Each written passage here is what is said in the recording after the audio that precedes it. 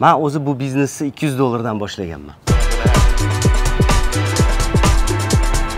Men yasashga harakat qildim, lekin qo'limdan kelmadi. Kerak bo'lsa sho'rva bilan ham shokolad to'zmayman. Shunchalik sevaman shokoladni. Buni o'ziga yarasha sirlari bor. Bizda bormi shunaqangi noldan shokolad ishlab chiqariladigan fabrikalar? Bir qo'yingmi hozir 5 oydan bir qilib yotibsanlar. 4 kun 5 kun deysan, 6 ta mana shunaqa kakao lovyasiga ayollarni sotishgan. Shokolad ichi havo bo'qiyo, qo'rqmang. Qanaqa qilib topdingiz buni? Men nimadan qo'rqaman, bilasizmi? Nimadan? To'kvorishdan, mamtga to'kvorishdan qo'rqaman. Yo'q, to'kvormaysiz. Biz qarab turibmiz, qo'lni shola. Nimaga aynan shokolad? Turib shokolad yeb turib, "O, shokolad ishlab chiqaraman" demagansiz, to'g'rimi? O'rtoqlik yesanglar yaxshi shokolad yeylar va faqatgina Iman shokoladlar. Jaddi reklamasi.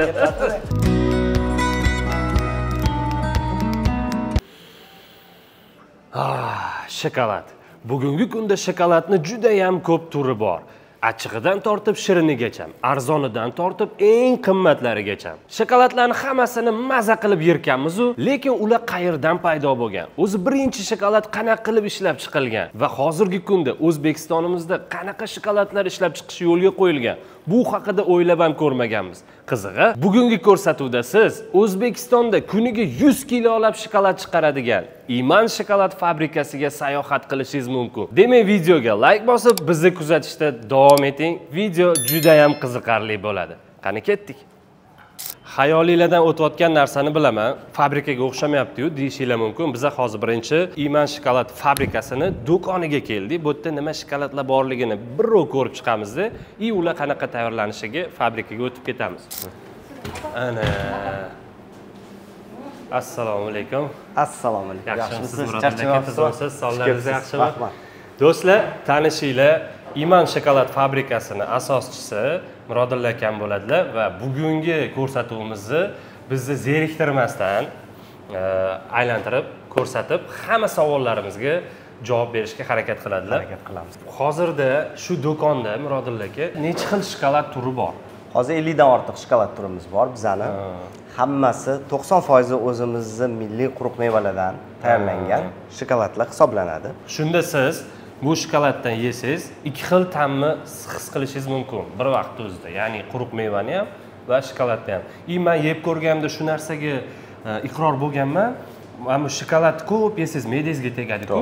Ani quruq meva esa, naborot ko'p qancha yesangiz yeb ketirilaveradi. Shu sababdan ham biz endi o'zimiz ishlab chiqazamiz. Biz shakar kam qo'shamiz shokoladga. Ko'proq quruq mevani ham mazasini sezish uchun. Va ikkalasi balans ushlab turadi. Me'daga tepib birga uyg'unlashgan holda mazasi undan ham yaxshiroq bo'ladi. O'shaning uchun ham menga yoqadi shokoladlaringiz. Qani bunda o'tsak, qarang. Bu yerda bu yerda yong'oqlar, bu yerda o'zimizning xomnon pista bor, fındık bor, bundan tashqari keshu bor. Juda turlari ko'p. Oddiy o'zimizning yong'oq bor, gretskiy deydi. Keyin magiz bor. Hammasi quruq mevalar, o'zimizning yong'oqlardan tayyorlangan shokoladlar va hammasida har xil shokolad. Endi bularning hammasi qay tarzda qilinishini men sizga bir ko'rsatsam. Ketdik bizning fabrikamizga va yana bir yaxshi xalqimizga qilib berayotgan bir hadiyamiz bor. Bu bizning muzey, shokolad muzeyi. O'shani bir ko'rsak, nima deysiz? Zo'r bo'ladi. Ketdikmi? Yuring. Men sabrim chidamayapti, o'shani ko'rgim kelyapti muzey. O'zbekcha paxsa devorlar, o'zbekcha ruhiyat, kolorit. Nimaga aynan mana shu yerdan do'kon qilishga qaror qilgan? Endi buni bilasizmi? Bitta yaxshi tarixi bor buni. Birinchi tarixi, men o'zi bu biznesni 200 dollardan boshlaganman. Rostdan. Ha, 200 dollardan boshlangan biznes bu. Mart oyi 2020-yil ekan bu. O'shanda eksperiment qilib uyda har xil shokolad olganman. Rossiyaning shokoladini olganman, Belgiyaning shokoladini, keyin Amerikaning, AQSh shokoladini olganman. Uyda eksperiment qilib o'zi xurmo shokoladli yaxshi ko'raman, juda ham ko'p olganman bunaqa. Chet elga chiqqanlarimni ko'p olib yurardim. O'zbekistonda yo'q edi bu. Chet ellik palon pul Birlashgan Arab Amirliklaridan olib kelishardi. Shuni O'zbekistonda qilib, eksperiment qilib uydagilarimga berdim. Qarindoshlarimga qarasam yoqdi hammaga. Sekin shu narsa 1 kilo oldim, 2 kilo, 3 kilo, 4 kilo. Keyin internetda, Instagramda sahifa ochdim. Keyin o'yladim, nomni nima qo'yaman deb. Har bir insonning o'zining iymoni bo'ladi bir narsaga. Shu iymon degan nom qo'ydim. O'sha narsa shu bilan keyin boshlanib o'zim bilmay qoldim. Qanaqa qilib shunga shu darajagacha yetdik va o'zini foydasini o'ziga urib shu kunga yetdik. Faqat rivoji uchun.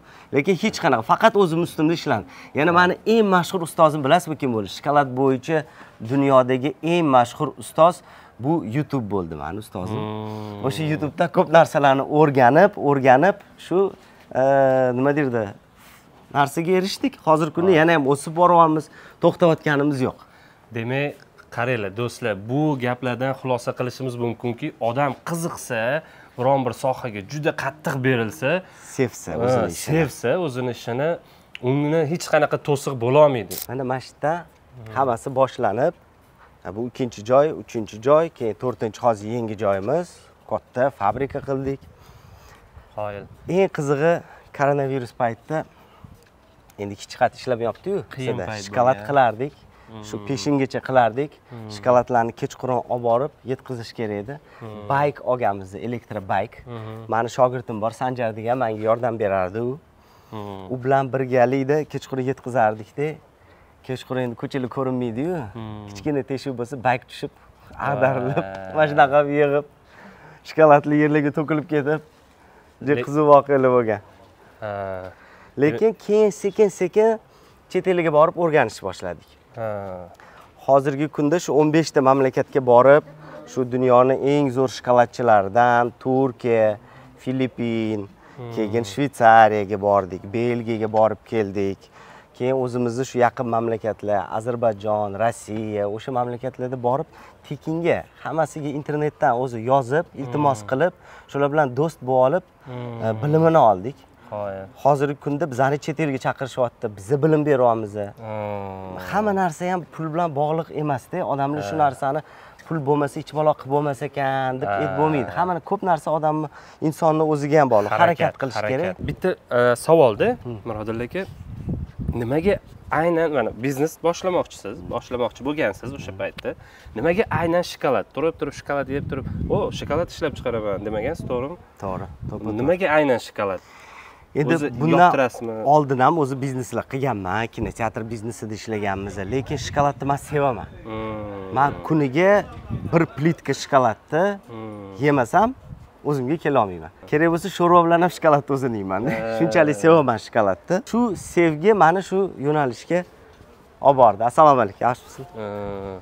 Shokolad semirtirib yuboradi deyishadi ko'pchilik. Mana hech qanaqa semiz inson ko'rmayapman bu yerda. Kuniga bitta plitka yeydi. O'zingizga sport bilan shug'ullanish kerak. Endi sport bilan shug'ullanamiz, bo'lmasam yeb semirib ketamiz. Endi shokoladda ham o'zini me'yori bor yeyishi. Albatta shokoladda endorfin degan moddasi bor. U modda insonlarga nima deydi, yaxshi kayfiyat beradi. Endorfin moddasini kim shokoladni ko'p yesa, kayfiyat har doim yaxshi bo'ladi. Stressdan ham chiqaradi. Stressdan ham, stressga ham qarshi. Lekin har bir narsani o'zini nima deydi, iste'molli ham aqasi bor, ko'p yeyish kerak emas.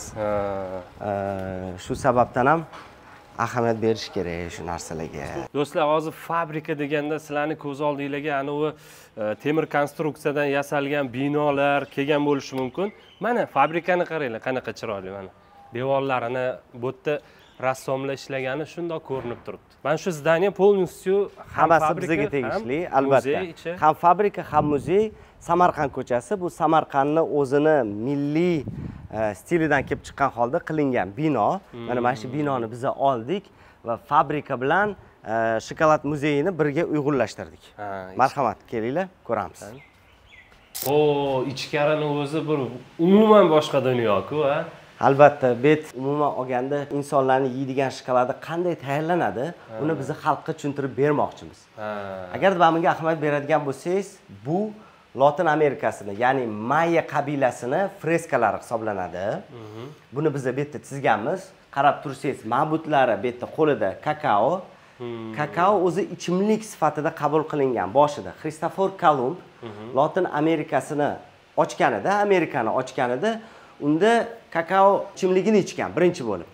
Kakao ichimligi bu ma'budlar ichimligi hisoblangan, dohiylar ichimligi hisoblangan va uni oddiy xalq icha olmagan bu narsani. Faqatgina ma'bud dohiylar ichishi mumkin bo'lgan. Demak, Kolumb o'sha Amerikani ixtiro qilishga borganda, u yerdagi местный aholi ichib o'tirgan. O'shanda birinchi marta ko'rgan. Ha, o'shanda birinchi marta ichgan ham ko'rgan ham.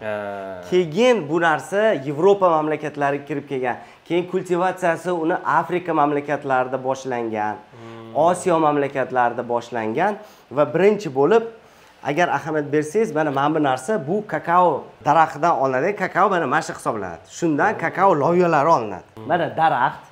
Mana shu daraxtdan uziladi. Uzilgandan keyin ichini yoriladi. Ichi yoriladi. Ichi yorilgandan keyin ichidan mana bunaqa loviyalar olinadi. Mana shu kakao loviyasi hisoblanadi. Bunichi yeb ko'rsangiz ham bo'ladi. Hozir men sizga ochib beraman mana. Mana shu 100% shokolad. Bu fermentatsiya jarayonini o'tish kerak. Bir haftadan bir oygacha fermentatsiya bo'ladi ichidan olingandan keyin. 100% shokolad mana shu bo'ladi. Voy. Demak, bunda hech qanaqa ximikat yo'q, hech qanaqa ximikat yo'q, toza shokolad. Bu kakao. Bu keyin melanj degan apparatlar bor, melanjerlar. 24 soat ichida bu apparat ichida maydalaydi buni. Ichiga shakar qo'shiladi. Uni biz ko'ramiz hozir. Uni hozir hamma jarayonini ko'ramiz. Hamma jarayonni ko'ramiz. Yana bir qiziq ma'lumot. O'sha Lotin Amerikani ochgandan keyin Xristofor Kolumb 6 ta mana shunaqa kakao loviyasiga ayollarni sotishgan. Demak, hozir mana shu qo'lingizda bitta ayol turibdi degandek. Shunaqa bo'lgani. Shunaqa qiziq voqealar bo'lgan. Endi bu yerda ahamiyat beradigan bo'lsangiz, to'g'rida bizda kartani ko'rsatib berganmiz. Ya'ni dunyo kartasi qaysi mamlakatda qancha kakao loviyalari olinadi bor. Dunyoda 85% kakaolar bular Frostero hisoblanadi. Mana 85% Frostero. Biz ham shuni turini, kakao turini ishlatamiz. Ya'ni bu Afrika mamlakatlari, Gana, Cote d'Ivoire'da, keyin Lotin Amerikasida bir muncha mamlakatlarda va Indoneziya, Malayziyada ishlab chiqariladi. Lekin hozirgi kunda kakao loviyalari juda ham narxi oshib ketgan, juda ham oshib ketdi. Masalan, 3 yil oldin uni 1 kilosini 3 dollar, 7 dollardan oladigan bo'lsangiz, hozirgi kunda 22-25 dollardan olyapsiz. Shunchalik narxi oshib ketgan. Va dunyoda hozir bu katta muammolardan biri bo'lmoqda. Bizda topishimiz ham juda ham qiyin bo'lyapti. Shunda shokoladning ham narxi albatta oshgan. Oshadi va oshyapti. Bu foizlar nimaga? Mana bu Criollo. Mana qarang, Criollo dunyo bo'yicha 5% faqat yetishtiriladi. Noyoprog'imi? Noyoprog'i Yaponiyada ko'proq ishlatiladi, AQShda ishlatiladi. U bo'lsa ham narxi juda ham qimmat va kakao loviyasi, kakaoning o'zi ham ancha kattagina hisoblanadi. Lekin u havoga juda ham nima deydi, yaxshi chidamli emas. Juda ko'p quyosh ko'rsa ham o'smaydi. Keyin Trinitario bor, 10%. U ham nima deydi, o'ziga yarasha quyosh kam bo'lish kerak, suv namli bo'lish kerak, shunaqa. O'zi bizda O'zbekistonda o'smaydi, kakao loviyasi o'sganda allaqachon biz ochib nima deydi, plantatsiyalar qilgan bo'lardik. Balki kelajakda hozir buni O'zbekistonda kultivatsiya qilishadi, lekin biz hozirgi paytda shu Afrika mamlakatidan, keyin Lotin Amerika mamlakatlaridan olib kelib ishlatmoqdamiz. Mana bu bizni 100% shokoladdan yasalgan haykalimiz. Kim bu, bilasizmi? Jaloliddin Manguberdi. Jaloliddin Manguberdi. Hali bu oxirigacha tayyor emas, bugun oxirigacha yetkaziladi bu. Shu shokoladda, ha, hammasi shokoladman. Yesam bo'ladi. Yesam bo'ladi. Qoyil. Haykalni yeyish tasavvur. Endi hozir biz sizga beryapmiz, hali bu tayyor emasligi uchun. Lekin ertadan buni yeyolmaysiz, chunki oyna bilan bekitib qo'yamiz. Bo'lmasa hamma yeb ketadi, undan shivola qolmaydi. Ta'mi zo'r ekan, boru. Men achchiq bo'ladimi deb o'ylagandim. 58% shokoladdan tayyorlangan. Bu qanday erib ketmayapti? Bilasizmi, buni o'ziga yarasha sirlari bor. Buni biz o'rgandik. Keyin sun'iy intellekt orqali savollar berib, unga qanaqa qilib shokoladni eritmaslik mumkin. Va biz bildikki, gummi arabik degan lak yasaladigan narsa bor. O'sha gummi arabikdan buni saqlab turmoqdamiz. Uni surtgandan keyin, lekin yo'q, yeb bo'ladi, lekin biz yeyishga bermaymiz albatta. U buziladi-yu. Buziladi. Keyin o'zi asosiy maqsadimiz bizani nima? Bizning asosiy maqsadimiz shokolad bilan tarixni uyg'unlashtirish. Ya'ni ko'rgan odam faqatgina shokoladni o'zini emas, tarixi, bizani mana binolarimiz bor, tarixiy binolarimiz bor. o'sha tarixiy binolarni ko'rib odamlar ham shokoladdan qilingan, ham bu yerda ma'lumotlar olish. Mana buni qarang. Bular Registon, Kalta Minor, Xorazmniki. Bu ham shokolad, oq shokolad. Bu ham shokolad, bu oq shokoladdan. Bemalol tepib ko'rsangiz bo'ladi mana. Mana bitta ukamiz bizani hozir Tojmahalla yasayaptilar. O'zimizni Toshkentdagi Barakxon minorasi, Eyfel minorasi ahamiyat bersanglar, Alisher Navoiy, Amir Temur, Terrakot armiyasi, Tanis hammaga qasoskorlar kinosidan Tanisni qo'lqopi. Demak, o'smirlarga, yoshlarga ham albatta. Shu bilan qiziqtirib, bularni o'rgatish maqsadida hammasini o'rgatish maqsad. To'ppa-to'g'ri. Mana bu yerda ahamiyat beradigan bo'lsangiz, Pizan minorasi, ya'ni qish turadigan minora bor-ku Italiyada. Bu mana Pizan minorasi. Mana men bilan masalan Registondagi minoralarimiz o'zimiz hammasi shokoladdan yasalgan. Naryoqda mana ahamiyat bersangiz, Kolizey tayyorlanmoqda. Do'stlar, lekin bular uchun bitta like bosib qo'ymasa bo'lmaydi. Qani aka, men sizga bitta savol-da. Mana shu bitta bino qancha vaqt davomida tayyorlanadi? 4 kun 5 kun ketadi. Bir qo'yingmi hozir 5 oydan bir qilib yotibsanlar. 4 kun 5 kun deysan, 5 oydan bir binoni cho'zib yotibsanlar. Yaxshi bolalarni o'rganishyapti. Bu ham bitta yaxshi tajriba-da bular uchun. Albatta. Bular birinchi marta Markaziy Osiyoda birinchi shokolad muzeyini qilgan bolalar, bular tarixda qoladi hammasi. Tarixda qoladi. Haqiqatda bu yerga kelib, buni ko'rib, menga o'xshab ani ko'zi quvnagan odam albatta so'raydi, qiziqadi. Kim yasagan, qaysi bolalar yasagan deb. Mana bu binoyimiz nima edi, Abror? Ulug'bek madrasasi. Bunicha kelib, ko'rib, hidini hidlab, odam mazza qilib yuboradi-da, boru. Endi bular ham san'at. San'at bilan mazali shokolad uyg'unlashganda endi sladkayeshga ham san'at shaydosi bo'lsa, u odam aynan shu joyga kelishi kerak. Bolajonlarimiz keladi, shu narsalarni ko'radi, qiziqadi, o'rganadi. To'ppa-to'g'ri. Zo'r o'ylabsiz lekin. Zo'r. Mana bu ham hozir bizda Kolizey. Ko'ryapsizmi? Kolizey yarmisi yo'q o'zi. Kolizeyni ham shokoladda mana yasalayotgani. Aytaylik, bir guruh bolalar keldi, yoshlar, maktab bolalari deylik, ekskursiyaga, mana shunaqangi. Ularga shokoladlarni yeb ko'rishga berasizlarmi, tatib ko'rishga, degustatsiyaga. Mana shunaqa ular ham bir yasab ko'rsa bo'ladimi shokoladdan? Shunaqa jarayonlarni hozir men ko'ryapman, yasalayotgan joyiga kelib qoldim. Lekin ular kelganda bular bitib bo'lgan bo'ladi.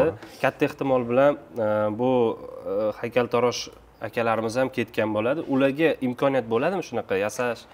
Albatta, biz hozir shunaqa reja qilganmiz. Kelganda birinchi navbatda har bir yoshimizga yoki muzeyimizga kelganga bitta shokolad bo'ladi. Hadya etiladi va bundan tashqari master klasslar bo'ladi. Ya'ni siz haftada bir marotaba oila bilan kelib yoki 2 marotaba bo'ladi. Master klass bizani xodimlarimiz shokolad qilishni o'rgatishadi yoshlarga. O'zingiz ya'ni shokolad qilasiz. Mana men xonani tayyorlab qo'ydik biz. O'sha yoqqa kelib shokoladlarni tayyorlab, o'zligi ham mazasini ham ko'rishadi, ham shokolad ham qilib ko'rishadi. Shokolad tayyorlashni o'rganib olsa, sizga konkurent ko'payib ketadi-yu. Juda katta muammo bo'ladi lekin menga. Albatta o'rganishsin. Agarda bilasizmi, bir narsadan qo'rqish kerak emas odam. Kimdir meni ishimni olib qo'yadi yoki meni bilimimni oladi. Hammasi Xudodan. To'g'ri. Agarda sizni bilimingiz bo'lsa, agar boshqa odam siz bilan uchrashmagan bu biznes qiladi. Do'stlar, bu muzeyda aylanib yurib menga shunaqangi emotsiyalar kelyapti, juda ham bir yarq emotsiyalar. Albatta farzandlaringlarni olib kelinglar. Menga rosa ham yoqdi. Ham farzandlar, bolalar shokoladga qiziqadi, shokoladni yaxshi ko'radi. Shokolad orqali sizlar ularni tarixga qiziqtirishinglar mumkin bu yerga kelib. Mana binolarimiz, ular meni ko'rdimi, birinchi vizualniy xulosa oldi va kitobdan yoki internetdan qiziqib topib ko'rishlari mumkin. O'shaning uchun men bu yerga albatta farzandlarimni olib kelgan bo'lardim. Taxminan 20-aprelda ochiladi bu muzey. Ertalab soat 9 dan kechki 7 gacha bu muzey eshiklari hamma uchun ochiq bo'ladi. Bu qutida nima bor?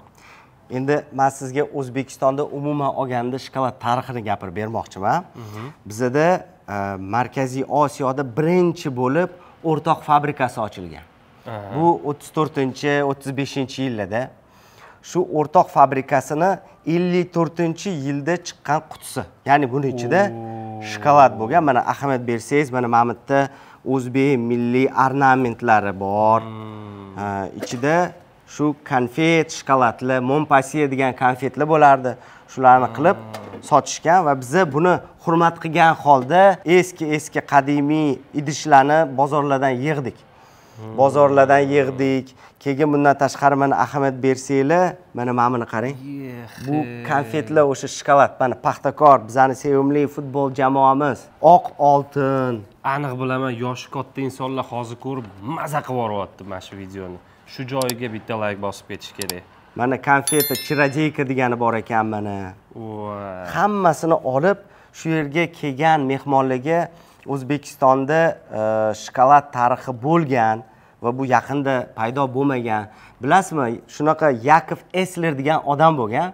Bu revolyutsiyadan oldin, ya'ni Chor Rossiyasi paytida bo'lgan.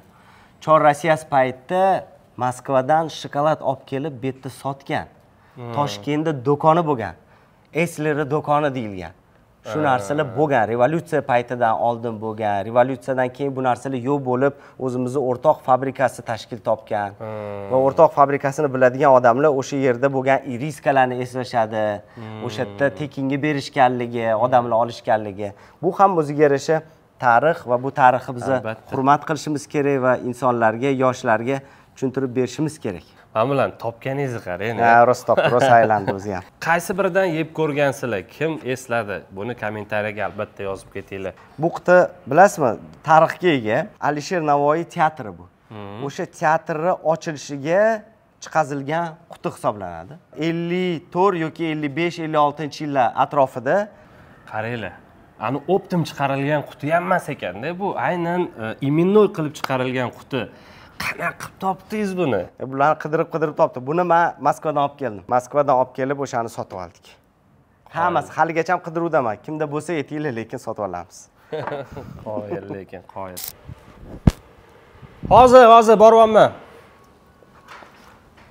Mana do'stlar, bu yerda shunaqa master-klasslar bo'ladi. O'zingizlar bemalol yasab ko'rsanglar bo'ladi. Men yasashga harakat qildim, lekin qo'limdan kelmadi. Shokoladlarni yasashdan ko'ra ko'proq shokoladlarni yeb qo'yibman. Xafa bo'lmaysizlar.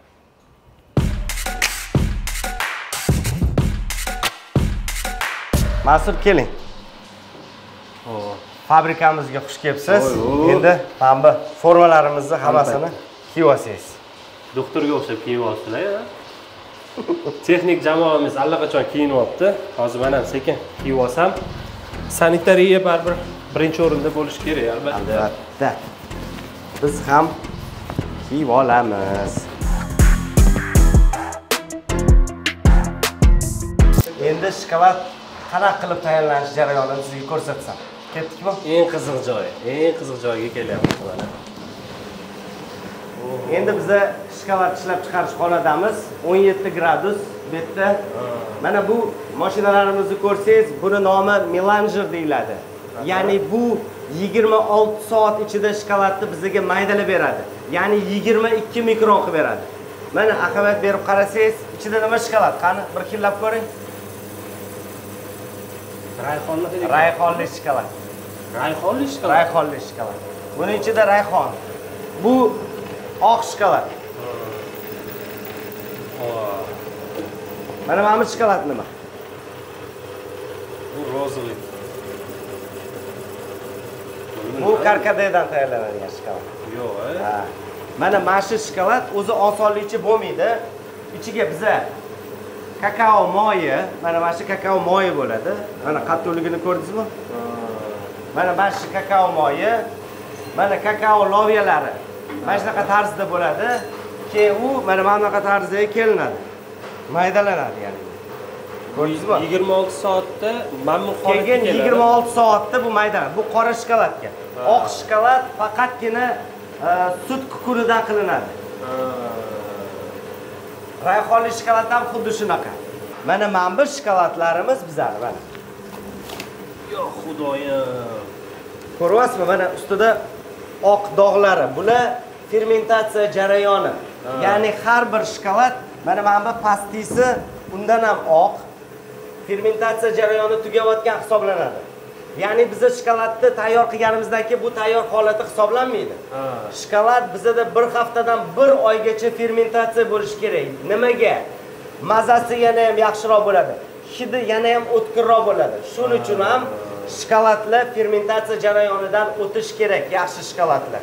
Mana bu yerda bizda karkadej shokoladimiz kecha qilingan, mana fermentatsiya jarayoni endi o'tib ketadi. Mana ustida hammasi yoziladi. Mana shakarsiz shokoladimiz bizani. Bu sutli shokolad masalan. Mana sutli shokolad ham fermentatsiya jarayoni tugagan. Ya'ni fermentatsiya jarayoni bizda tugab, shokolad tayyor. Xo'p, yeyishga. Fermentatsiya jarayoni tugadi. Deylik, aytaylik, mana bu plitkada. Keyin buni yana maydalaysizlar qanaqa? Yo'q, hozir men sizga ko'rsataman. Mana bu mashinamiz bizani 50 kilolik mashina, sharavay menitsa deyiladi. Bu yerda biz boshqa tur shokoladlarimizni qilamiz. Ya'ni qora, sutli shokoladlarimiz mana shu yerda bo'ladi bizda.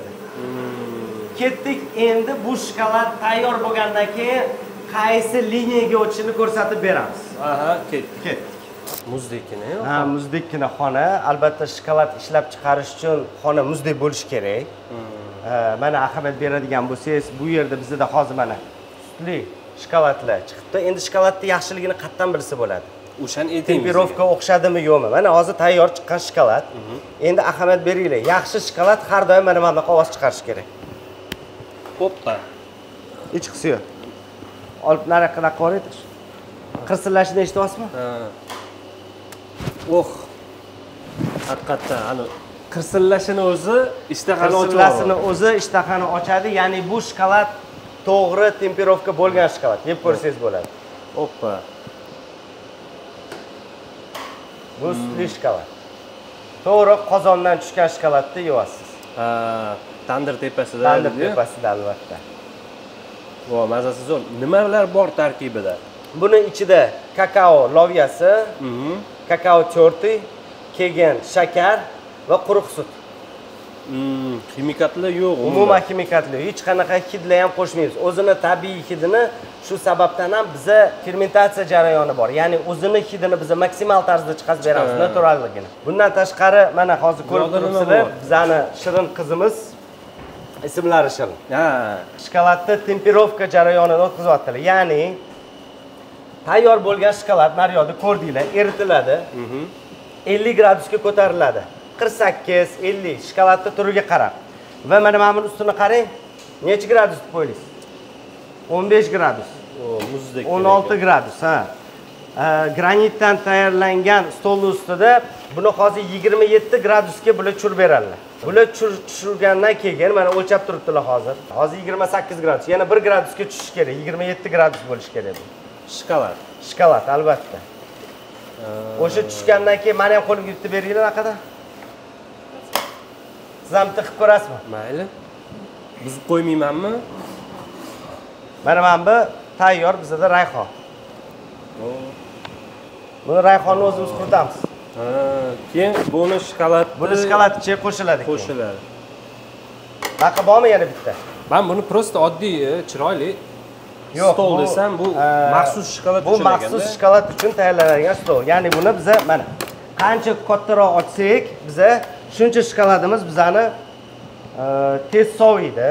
Hamma joyi mana shu stolga tegish kerak-da, to'g'ri? Hamma joyi stolga tegish kerak va shokoladimiz bizani shunda tayyor bo'ladi. Hozir rayhonli shokolad tayyorlanyapti, do'stlar, bilishingiz uchun. Boyagi rayhonni qurug'ini shokoladga aralashtirishga mana oling. Xuddi shunaqa qo'l bilan bir tayyorlab ko'ring. Oching birinchi. Ochasiz. Ochdim. Допустим, ochdim. Bu tomonga ham oching, ozgina. Ochdim. Endi terib oling. Ha, qaytadan. Ha, ustidan artib olasiz. Mana bu bilan ishlang albatta. Tushirib oling. Bunaqasiga, bunaqasiga bitta urib, yana yig'ib oling. Yig'ing. Hammasini bitta joyga yig'ishimiz kerak. Ha, bo'ldi, tushundim. Mana bu qo'lim kelishmayapti birinchi qilganim. Ha, sekin-sekin o'rganasiz endi. Ularda ham qolib ketdi. Mana endi hozir gradusini o'lchaymiz. Nech gradus bo'lganini.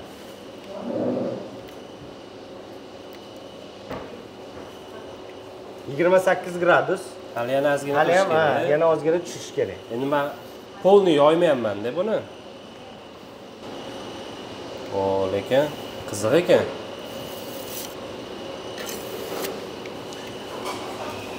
Bunda yoyamiz.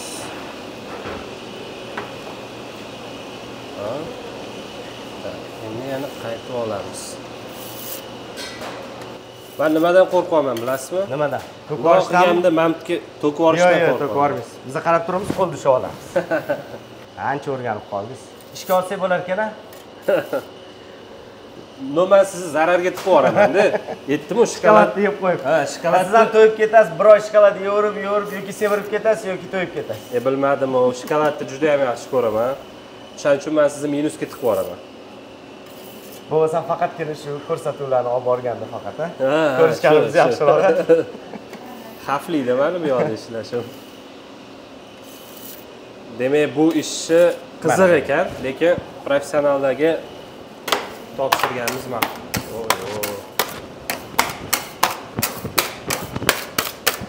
Oldin birinchi boshlaganingizda shularni hammasini o'zingiz qilardingiz. Hammasini o'zim qilardim. Haligacha ham shanba oddiqlari qizlar bilan birga ishlab turaman. Ha, vaqtingiz bo'lganda. Yo'q, o'zi shanba oddiq har doim bu ishga vaqt ajrataman, chunki qo'l chiqib ketish kerak emas. Keyin masalan, yengil shokolad turlari bo'ladigan bo'lsa yoki yengilliklar yaratayotgan bo'lsa, qizlar bilan maslahatlashib, nima yangi tur chiqazamiz, nima qilishimiz kerak, bularni hammasini gaplashib, o'zimiz bo'lish. Chunki baribir ham любой ishga, xohlagan ishingizga siz mehr qo'yadigan bo'lsangiz, eng katta tadbirkorlarni minuslaridan biri to'xtab biznes ochgandan keyin o'zi u biznesni yaxshi tushunmaydi, ishchilardan talab qiladi. Bu yerda sizni hech kim nima derdi, aldolmaydi ham, chunki siz bulardan yaxshiroq bilishingiz kerak. Albatta men xohlayman ishchilarim mendan kuchli bo'lishini. Bir tomonlama ular kuchlidir, lekin men qolishmaslikka harakat qilaman sizlardan. Endi o'lchaymiz. 27. Demak, bu tayyor. Endi nima bo'ladi? Endi shokoladimiz tayyor. Bu shokolad yig'ilgandan keyin mana qolplarimiz bor. Bizning bu polikarbonat qolplar bular chet elda tayyorlanadi hammasi. Bularni bu polikarbonat qolplarga shokoladlar hammasi quyiladi grammaj bo'yicha. O'zini grammi bor. Bu 80 grammlik. Quyilgandan so'ng bular xolodilnikka qo'yiladi. Bu meni birinchi olgan avtomat temperlaydigan mashina hisoblanadi. Tempeрирующая mashinka deydi buni. Buni Rossiyadan olganmiz biz, Kadzama firmasidan. Bu shokoladlarni temper qilib beradi. Ya'ni mana, ko'ryapsiz, buning ichida nima shokolad? Bilasizmi nima shokolad bu? Bu karamelli. Karamelli shokolad. Ha, bu karamel shokolad. Mana karamelimiz bizani hozir temperlama bo'lgan jarayonda. Mana shu shokoladdan yeb ko'rsangiz bo'ladi. Keling, men sizni hozir mana ozgina bu shokoladdan mehmon qilsam. Qozonni o'zidan yeyishga boshqacha bo'ladi-da. Albatta. Na, qo'lingizga raq qiling. Wow. Qale. Вообще zo'r, aka. Mashina tayyoridan bugun uyga olib ketaman. Yomon arzon ekan karamelliga. Buni biz karamelni ham o'zimiz qilamiz, o'zimiz pishiramiz. Hammasi betda bo'ladigan narsalar noldan boshlanadi. Mana bu yerda ko'rsangiz agar har bitta xodimimizni ismi yozilgan va kunida har bitta xodimimiz nima, qanaqa shokolad chiqarish kerak. Har kuni yangi zakazlar qilinadi. Betda bizda sutli shokolad. Bu avtomat grammaj bo'yicha beradi, hammasini tayyorlab beradi. Bu apparatimiz bizani 58% shokolad uchun. Bu ham avtomat. Grammaj bo'yicha qo'yib beradi, tayyor shokolad. Mana bu yerda mana vibrostol ko'ryapsizmi mana? Ustiga bosib ko'ring. Shokolad ichi havo bo'qiyo, qo'rqmang. To'kmasmi? To'kdi bo'ladi. Mana shu qolplar qo'yiladi. Keling, men sizga bitta ko'rsatib bering. Masalan, bu 35 grammli shokoladimizniki. Baqa beryapti. Bu vibratsiya berar ekanda, do'stlar. Mana qarang. Bu 35 grammli shokolad, masalan, mana bunaqa qo'yamiz buni. Mana.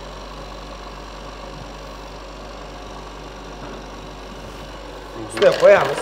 O'zi taqsimlab qo'yadi. O'zi taqsimlaydi hammasini. Mana ozgina yordam berib, shokoladga tayyor bo'lgandan keyin shokolad ustidan tushirib yuboramiz, ortiqchasini. Ha, hozir. Hoppa. Tayyor bo'ldi. Buni olib keyin xolodilnikka qo'yiladi.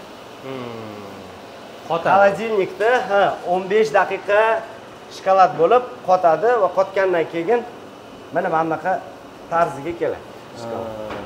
Tekis chiqibdi. Tekis chiqadi, havosi yo'q shokoladda.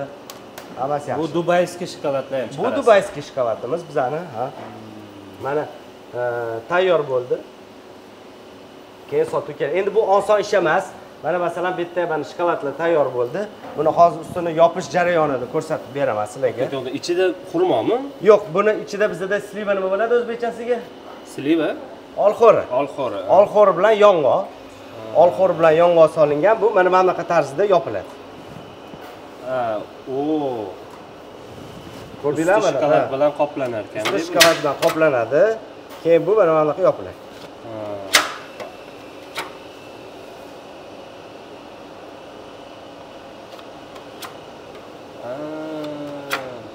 Doim meni qiziqtirgan shu shokoladlarning ichida nimadir meva yoki nimadir mahsulot bo'lsa, buni ichiga qanaqa qilib joylab qo'yishar ekan degan narsa. Mana joylanishi mana shunaqa bo'ladi.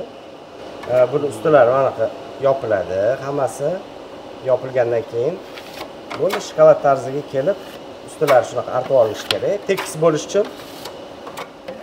Menga nima ko'proq yoqyapti, bilasizmi? Nima? Mana shu jarayon, aynan shu jarayon qo'lda, inson tomonidan qilinishi yoqyapti. O'shaning uchun ham bu narsa nima deydi? Handmade shokolad deyiladi, ya'ni qo'lda tayyorlangan shokoladlar. Ko'rdingiz, qanaqa mehnat, mashaqqat bor buning ichida, lekin mehr. Mehr. Eng asosiysi mehr. Mana hozir ustini yopdik va buni ham xolodilnikka 15 daqiqaga solamiz. Qo'lda tayyorlanganini bitta katta plyusi, mana shunaqangi kichkina detallar ham ko'zdan qochmaydi-da, o'shanda bartaraf qilib o'tib ketilinadi. Albatta. Bu yerda mana bizning yana apparatlarimiz bor, pechlarimiz bor va quritadigan apparatlarimiz bor. Bu yerda mevalar quritiladi. Quritilgan mevalarni bitta ko'rsatinglar. Shokoladlarga qo'shish uchun-da. Shokoladlarga qo'shish uchun bizda mevalar. Shu mevalarni ham o'zini biz sotib olamiz, Sotib olib, keyin o'zimiz hammasini quritamiz. Mana bu yerda hammasi apelsin, banan. Yesa ham bo'ladi. Albatta. Bananni qoqisi. Bananni qoqisi. Malina qo'ydim. Malina qoqisi. Zo'r. Endi bitta savol. Yana bizda bormi shunaqangi noldan shokolad ishlab chiqariladigan fabrikalar O'zbekistonda? Bizda hozir Markaziy Osiyoda o'zi ikkita dona bilishim bo'yicha, bittasi Bonda va bittasi biza. Shu kakao dukkaklardan, loviyalardan tayyorlaydigan. Qolganlar hamma tayyor shu Belgiyaning shokoladlaridan ishlab chiqarishadi. Anaqa suyug'ini olib keladi, qoliplaydi. Kalet deyiladi, dumaloq bo'ladi. Mana shu apparatlarga qo'yib, eritib, keyin qoliplarni ustiga tushiradi. Bu yerda nima bo'lyapti? Boyagi ko'rgan kakao loviyasini maydalab, o'sha noldan suyuq holatigacha, fermentatsiya jarayonigacha hammasi noldan ishlab chiqarilyapti. Bu juda katta mashaqqat lekin. O'rtoqlarga yesanglar yaxshi shokolad yeylar va faqatgina iman shokoladlari. O'sha reklamasi. Yo'q, lekin maqtanishga, reklama qilishga arzigulik joy. O'shaning uchun ham bu ko'rsatuv hozir olib o'tdi.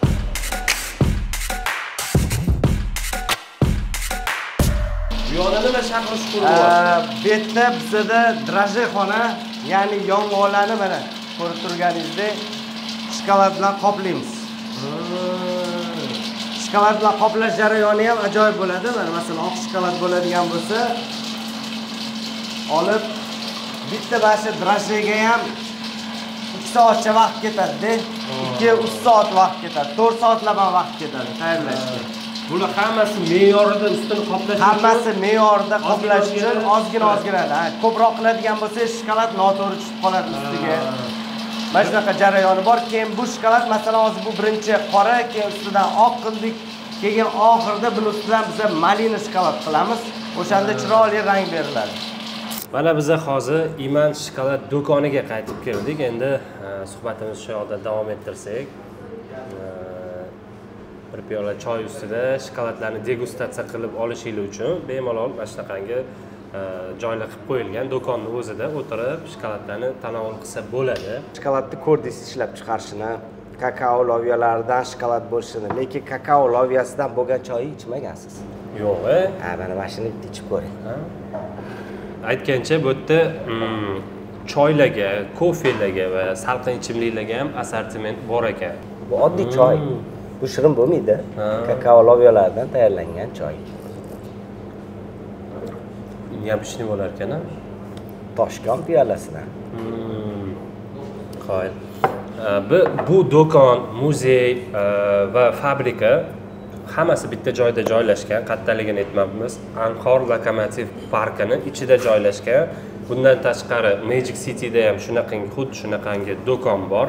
U yoqda ham xuddi shu assortimentlar va o'tirib yeyish uchun joylar bor. Sizga qaysi biri udobniy bo'lsa, o'sha yerga borib, bemalol shokoladdan xarid qilsanglar bo'ladi. Dastavka xizmati viloyatlilarga, Albatta, Farg'ona orqali bizda dastavkalarimiz bor.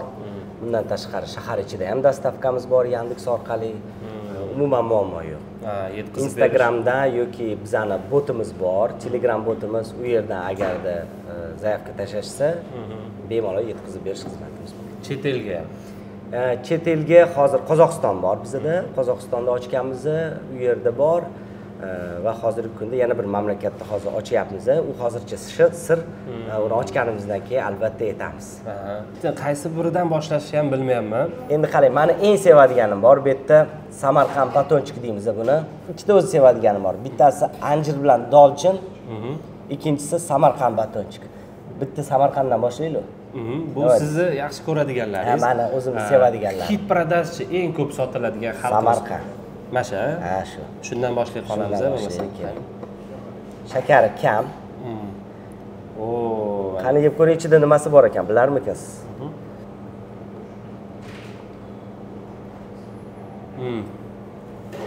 Buni yong'oq bor. Yong'oq bor. Anaqa fistashka ham bor. Xomnon pista bor. И turshak. Turshak ham. O'zimizning qora turshak, ustiga ishlov berilmagan turshak. Shokolad shunday yeysizlar-ku, tabiiy narsa yeyotganinglar shunday sezilib turadi-da. И mash taraflari ham menga juda ma'qul bo'ldi. Keyin yaqinda yangi qilganimiz bu qovunli shokolad. Qovunli? Ha, bu meni ustozim bor. Ustozim o'zi Xorazmliklar-da. O'shalarga atab qilingan shokolad bu. Xorazmni qovunidan tayyorlangan shokolad. Buni ham bir yeb ko'rsangiz bo'ladi. Yalnız boshqacha lekin. Wow. Ta'mi emas, yeyilishi ham juda ham yoqimli ekanda. Bunday tishlaganingizda. Endi hozir biz siz bilan yeyamiz, lekin kadr ortidagi bizni do'stlarimiz, kameramanlar ham yeb ko'rsa, menimcha tuzuv bo'ladi. Birinchi shokolad qirsitib sinadi, keyin ichidan yumshoq narsani ochishingiz bilan uzib olasiz. Juda bir приятный yeyilishi. Ta'miga-ku вообще besh.